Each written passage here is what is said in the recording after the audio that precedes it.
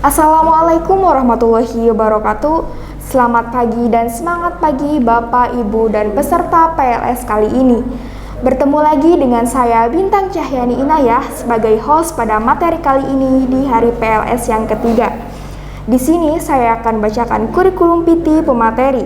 Nama Sumarno MPD, tempat dan tanggal lahir Kuningan 4 Agustus 1975, alamat rumah Blok Kopeng, Bakom Dharma, Kuningan, Jawa Barat. Saat ini beliau berkedudukan sebagai guru pembelajar bimbingan dan konseling di SMA Negeri 3 Kuningan. Beliau juga sebagai instruktur nasional guru pembelajar bimbingan dan konseling sejak tahun 2016 sampai dengan sekarang, serta narasumber nasional Sekolah Sehat dan Adiwiyata di lingkungan Kementerian Pendidikan dan Kebudayaan Republik Indonesia. Pada kesempatan kali ini, beliau akan menyampaikan materi tentang persiapan orang tua peserta didik baru pada pendampingan pembelajaran daring dari rumah. Selamat pagi Bapak. Selamat pagi Kak Bintang. Baik Bapak, sebelum kita berbincang-bincang lebih jauh mengenai tema kita hari ini, barangkali Bapak ingin menyapa terlebih dahulu kepada Bapak, Ibu, orang tua siswa maupun peserta PLS kali ini sebagai pengantar podcast kita hari ini. Dipersilahkan Bapak. Ya, terima kasih Kak Bintang. Mohon izin ini untuk Bapak dilepas saja.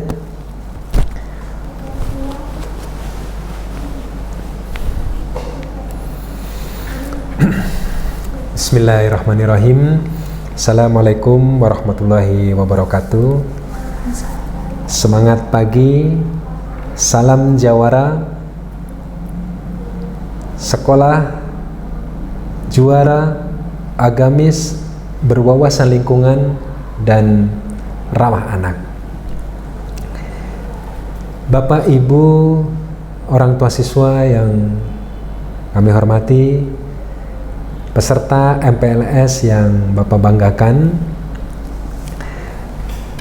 sekarang kita sudah memasuki tahun ajaran baru 2020-2021 yang tentunya menjadi sebuah tuntutan bagi kita semua, mulai dari pemerintah sebagai pemangku kebijakan, sekolah sebagai penyelenggara pendidikan, dan tentunya bagi kita semua sebagai orang tua yang siap tentunya setia dan sabar dalam mendampingi putra-putri kita dalam mengikuti kegiatan pembelajaran jarak jauh atau belajar dari rumah.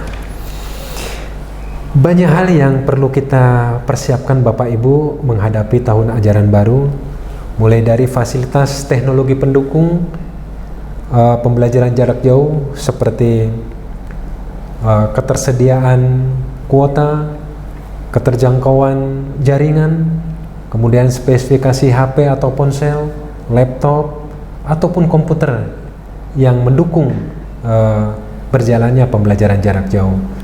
Kemudian juga mental, psikologi kita sebagai orang tua di dalam mendampingi, membimbing putra-putri kita, dan terutama sekali adalah Bapak Ibu, mental, psikologi putra-putri kita di dalam mengikuti pembelajaran jarak jauh. Bapak Ibu yang kami hormati dan peserta MPLS yang Bapak banggakan, kondisi saat ini tentunya juga menuntut kita semua untuk belajar mentransformasi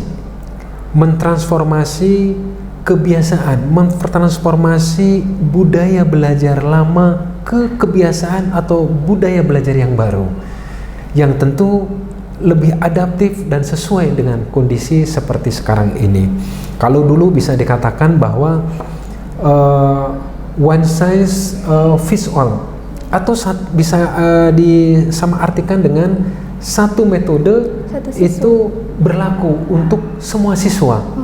Tapi dalam kondisi sekarang ini sudah tidak bisa diterapkan Bapak Ibu. Karena apa? Kondisi yang berbeda, mentransformasi tadi Bapak Ibu. Jadi sekarang lebih dikembangkan ke one size fits one, ya, one size fits one. Artinya atau bisa disamaartikan dengan satu metode berlaku untuk satu siswa. Ya, berlaku untuk satu siswa. Kenapa? Karena siswa ini merupakan individu yang berbeda, individu yang unik. Sehingga baik pihak sekolah maupun orang tua yang terlibat langsung dalam kegiatan belajar di rumah itu harus mempersiapkan metode atau strategi pembelajaran yang tepat, yang adaptif dengan kondisi seperti sekarang ini. Tujuannya adalah bagaimana kita bersama-sama berkoordinasi, bekerja sama agar siswa atau putra-putri kita mampu mencapai self destination-nya atau pencapaian keberhasilan belajar yang optimal. Itu ya. Jadi bagaimana kita bisa memfasilitasi putra-putri kita dari sisi faktor mendukung tadi dan juga sisi psikologinya, sehingga self destination, pencapaian keberhasilan belajar siswa bisa lebih optimal sesuai dengan tugas-tugas perkembangannya. Betul, Pak. Barangkali itu Kak Bintang sebagai pemaparan untuk membuka podcast kita hari ini. Betul, Pak. Menarik sekali Bapak pemaparan yang disampaikannya, membuat kita itu semakin penasaran bagaimana sih mengenal dan memahami karakter belajar kita agar mencapai self destination atau pencapaian keberhasilan belajar yang optimal sesuai dengan tugas-tugas perkembangannya. Baik Bapak, selanjutnya ada beberapa pertanyaan yang perlu ditanyakan Pak. Ya, silakan. Hal-hal apa saja Pak yang perlu dipersiapkan oleh orang tua dalam menghadapi pembelajaran daring dari rumah Pak? Ya, baik, terima kasih Kak Bintang. Bapak Ibu yang kami hormati, peserta kelas yang Bapak banggakan, banyak hal yang perlu atau yang bisa dipersiapkan ya untuk menghadapi PJJ atau pembelajaran jarak jauh ini ya Kak Bintang. Seperti tadi yang disampaikan, fasilitas teknologi pendukung ya, seperti spesifikasi HP atau gitu, laptop ya, komputer, kemudian juga ketersediaan kuota ya, betul, termasuk Pak. apa itu namanya, jaringan. Nah, keterjangkauan jaringan ini juga ikut menentukan ya, betul, menentukan kesiapan putra-putri kita pada saat mengikuti pembelajaran jarak jauh atau pembelajaran daring.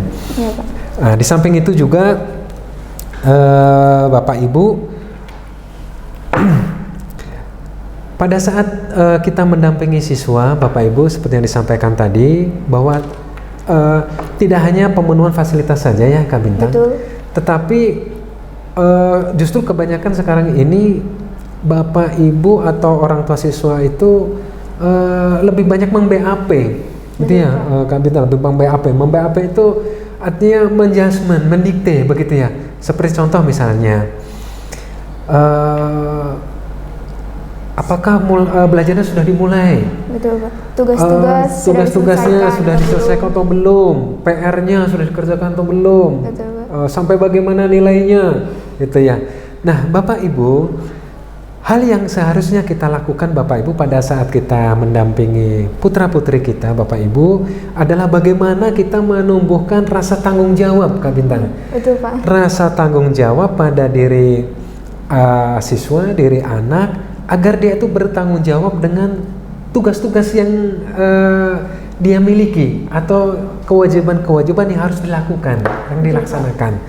Karena belajar itu Kak Bintang itu berawal dari hal-hal yang sederhana, dari hal-hal yang kecil. Betul, ya, Pak. seperti contoh misalnya membereskan piring atau gelas habis kita makan bersama, betul, Pak. membantu ya meja membersihkan meja makan habis kita makan bersama dan lain sebagainya. Mereka diberikan satu tanggung jawab sehingga mereka lebih berfungsi, atau Pak. istilahnya function human being, sehingga apa yang putra-putri kita lakukan itu akan lebih bermakna Bapak Ibu bagi kehidupannya. Berbeda dengan misalnya, sudah piring gelasnya biar ibu yang nyuci, kamu mau belajar saja, misalnya begitu ya. Nah, maka nanti putra-putri Bapak Ibu atau putra-putri kita rasa tanggung jawabnya akan hilang. begitu ya. Tetapi pada saat kita memberikan rasa tanggung jawab kepada putra-putri kita, maka tentunya hal itu akan membuat dirinya akan lebih berfungsi, akan lebih hasil dari apa yang dia lakukan itu lebih bermakna bagi kehidupannya. Itu barangkali Kak Bintang. Baik Bapak. Selanjutnya nih Pak, ada pertanyaan lain lagi Pak. Oh, yang masih Bagaimana ada, silakan. sih Pak? Bagaimana Pak orang tua siswa itu mengenali karakter belajar putra-putrinya sementara selama ini mereka belajar itu lebih dominan itu di sekolah Pak? Bagaimana? Baik, terima kasih Kak Bintang, pertanyaan yang bagus. Saya ingin mengutip pernyataan dari Ki Hajar Dewantoro ya. Beliau menyampaikan bahwa setiap rumah adalah sekolah dan setiap orang adalah guru. Nah, artinya pada kondisi pandemi COVID-19 sekarang ini tentu ya, kita dipaksa mau tidak mau harus beradaptasi. Ya, artinya adaptasi itu bertujuan agar kita bisa bertahan, survival, begitu istilahnya ya.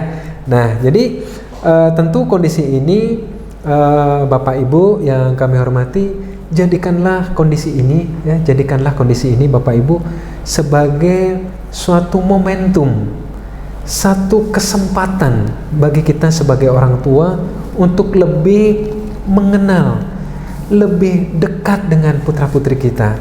Bahkan lebih jauh lagi adalah memahami seperti apa karakter belajar anak kita, kemudian seperti apa psikologi anak-anak kita, putra-putri kita pada saat melaksanakan pembelajaran jarak jauh.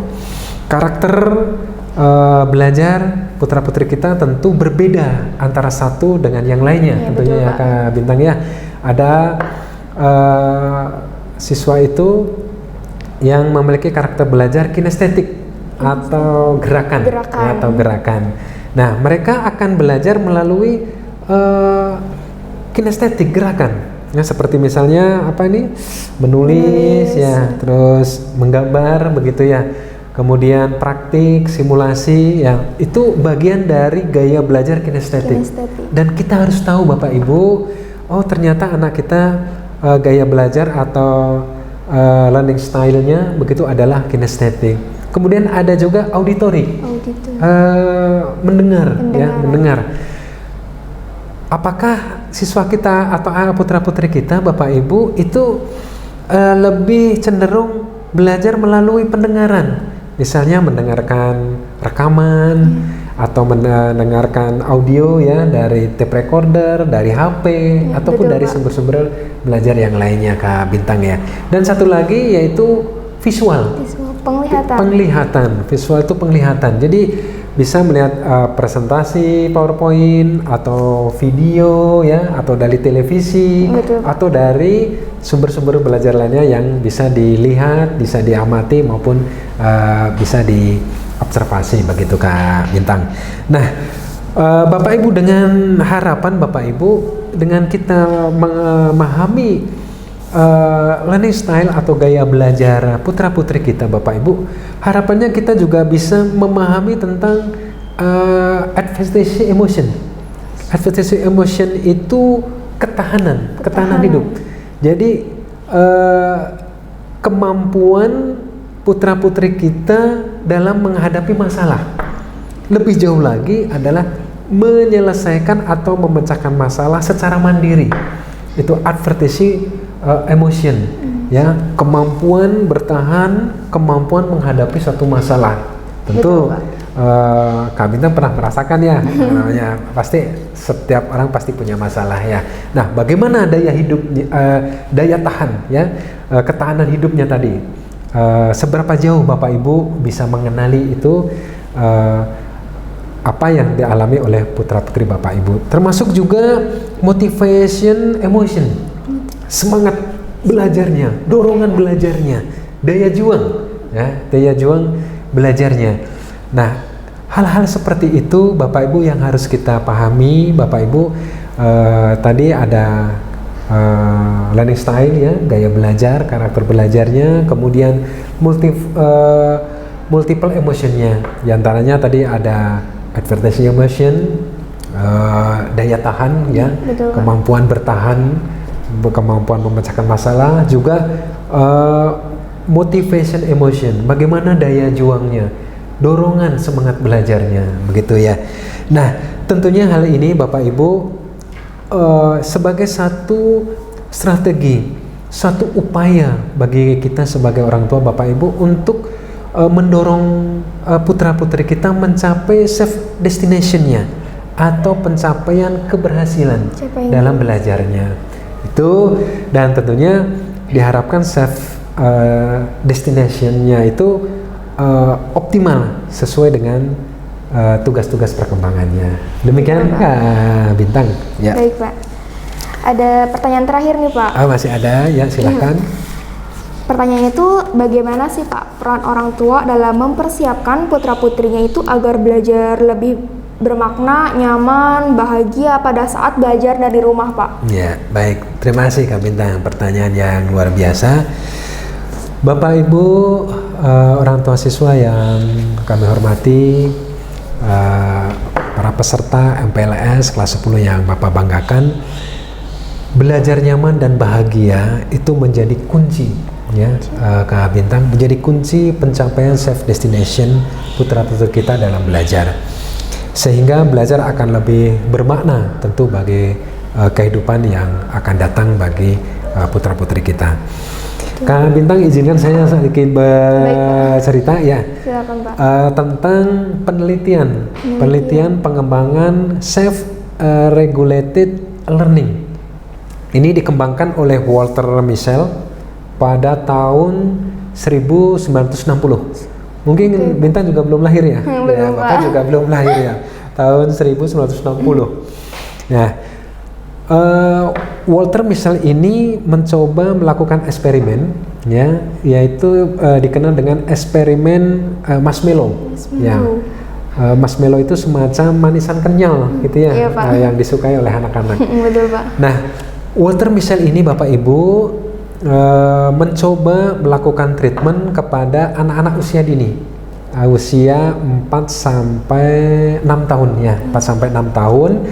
Nah, mereka dibawa dan dimasukkan ke dalam satu ruangan besar begitu, dan disajikan atau diberikan satu marshmallow ya.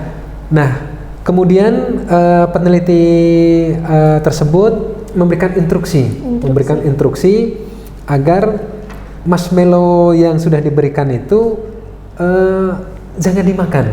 Jangan dimakan. Pada saat peneliti nanti meninggalkan ruangan. Baik. Nah, apabila anak-anak tersebut berhasil bertahan selama waktu yang diberikan waktu itu 20 menit, maka akan diberikan bonus satu marshmallow lagi. Ya. Nah, dan setelah peneliti ini meninggalkan ruangan, apa yang terjadi, Kak Bintang? Ternyata sepertiga dari anak-anak usia dini tersebut itu memakan langsung. Ya, namanya juga anak-anak gitu ya, namanya juga anak-anak ya, Kak Bintang. Jadi langsung dimakan. Gitu. Nah, sepertiga berikutnya sempat menunggu beberapa menit, tapi pada akhirnya dimakan juga, gitu ya, habis juga, gitu ya. Nah, sisanya yang sepertiga ternyata bertahan sampai 20 menit, dan peneliti kembali ke ruangan, gitu. Dan yang berhasil bertahan begitu ya, tidak memakan marshmallow tadi selama 20 menit, itu diberikan lagi satu bonus marshmallow gitu. Nah, apa maknanya, Kak Bintang, dari eksperimen itu? Ternyata Kak Bintang, setelah 25 tahun kemudian, ini peneliti mencoba untuk mensurvei. Baik, Pak. Sepertiga anak usia dini tadi yang bertahan, yang mengembangkan self-regulated learning-nya, pembelajaran menahan diri, itu ternyata kehidupan berikutnya atau masa depannya itu lebih sukses dibandingkan 2/3 anak yang sudah makan marshmallow. Ini menunjukkan, Kak Bintang, bahwa seseorang yang mampu menunda kepuasan, yang mampu menahan diri tadi ya, self-regulated self-regulated learning ya, atau SRL gitu ya. Ternyata kehidupan masa depannya itu akan lebih baik, akan lebih sukses dibandingkan yang tidak mampu menunda kepuasan atau menahan keinginan. Ini Kak Bintang dilanjutkan lagi penelitian selama 15 tahun lagi, sehingga 25 tahun ditambah 15 tahun berarti berapa tuh 40 tahun ya, 40 tahun, dan hasilnya sama. Bahwa bagi individu atau seseorang yang mampu mengembangkan self-regulated learning begitu ya, ternyata kehidupan atau masa depannya lebih sukses, lebih baik dibandingkan yang tidak mampu menumbuh kembangkan atau mengembangkan self-regulated learning. Itu artinya Kak Bintang bahwa pada saat kondisi seperti sekarang ini, pada saat kondisi pandemi COVID-19 Bapak Ibu, kita harus mampu menumbuh kembangkan self-regulation pada putra-putri kita Bapak Ibu. Termasuk ini Kak Bintang juga ya, termasuk Bapak juga gitu ya. Mampu menunda kepuasan, mampu menunda keinginan. Misalnya nih Kak Bintang ya, pengen main, justru seharusnya belajar ya, BDR dari rumah, justru malah pengen main, pengen jalan-jalan gitu ya. Kemudian pengen main game dan sebagainya. Keinginan-keinginan itu harus kita tunda ya, harus kita tahan ya, karena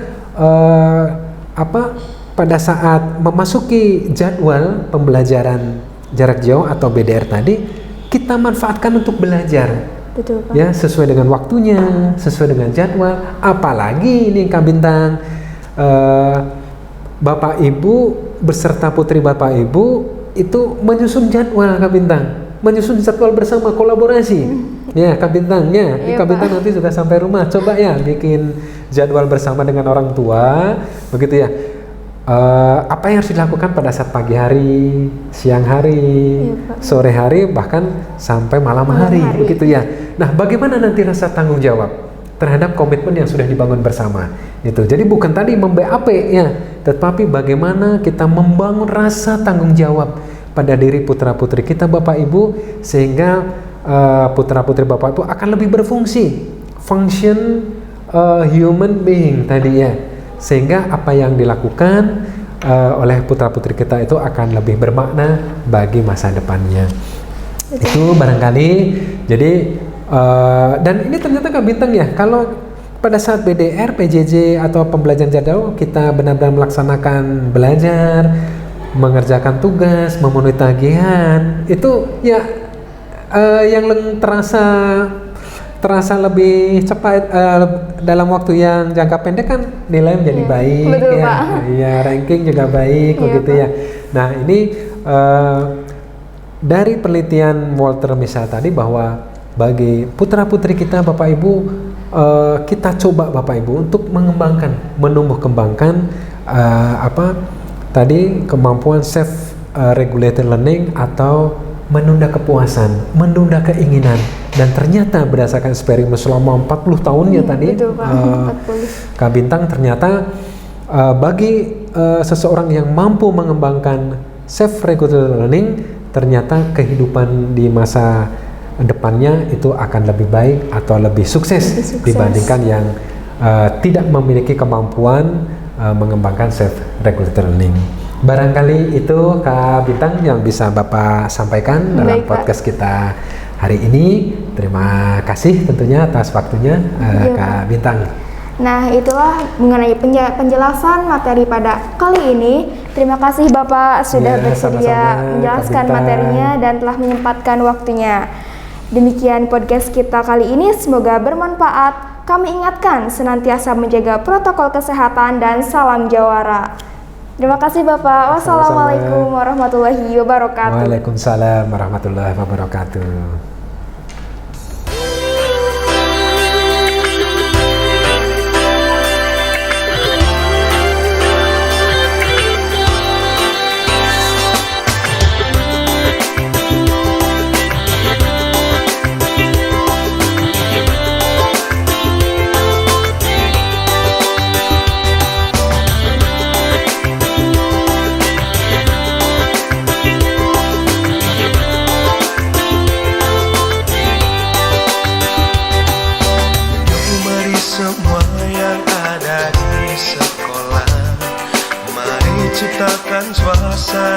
seperti di rumah. Rasa senang gembira yang ada di hatinya. Prestasi kan datang untuk menggapai cita-cita. Pendidikan sekolah bisa lebih indah, jangan marah-marah. Mari kita ramah, anugerah artikan.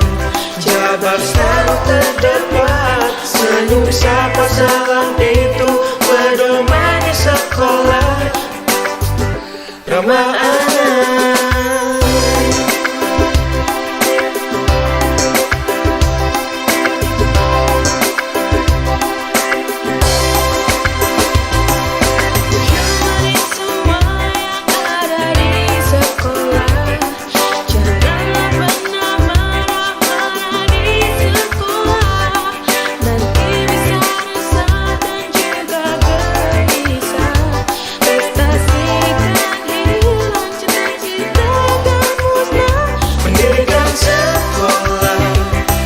Bisa lebih indah, jangan marah-marah.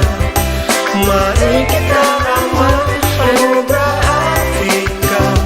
Jabar selalu terdapat, senyum sapa salam itu pedoman di sekolah.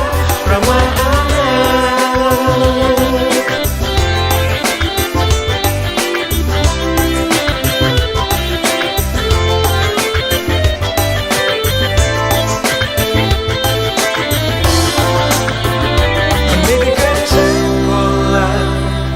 Bisa lebih indah, jangan marah-marah. Mari kita ramah, anugerah artikan. Jabar selalu terdapat, senyum sapa salam itu pedoman di sekolah. Ramah anak, pendidikan sekolah bisa lebih indah, jangan marah-marah. Mari kita ramah, anugerah artikan. Jabar selalu terdapat, senyum sapa salam itu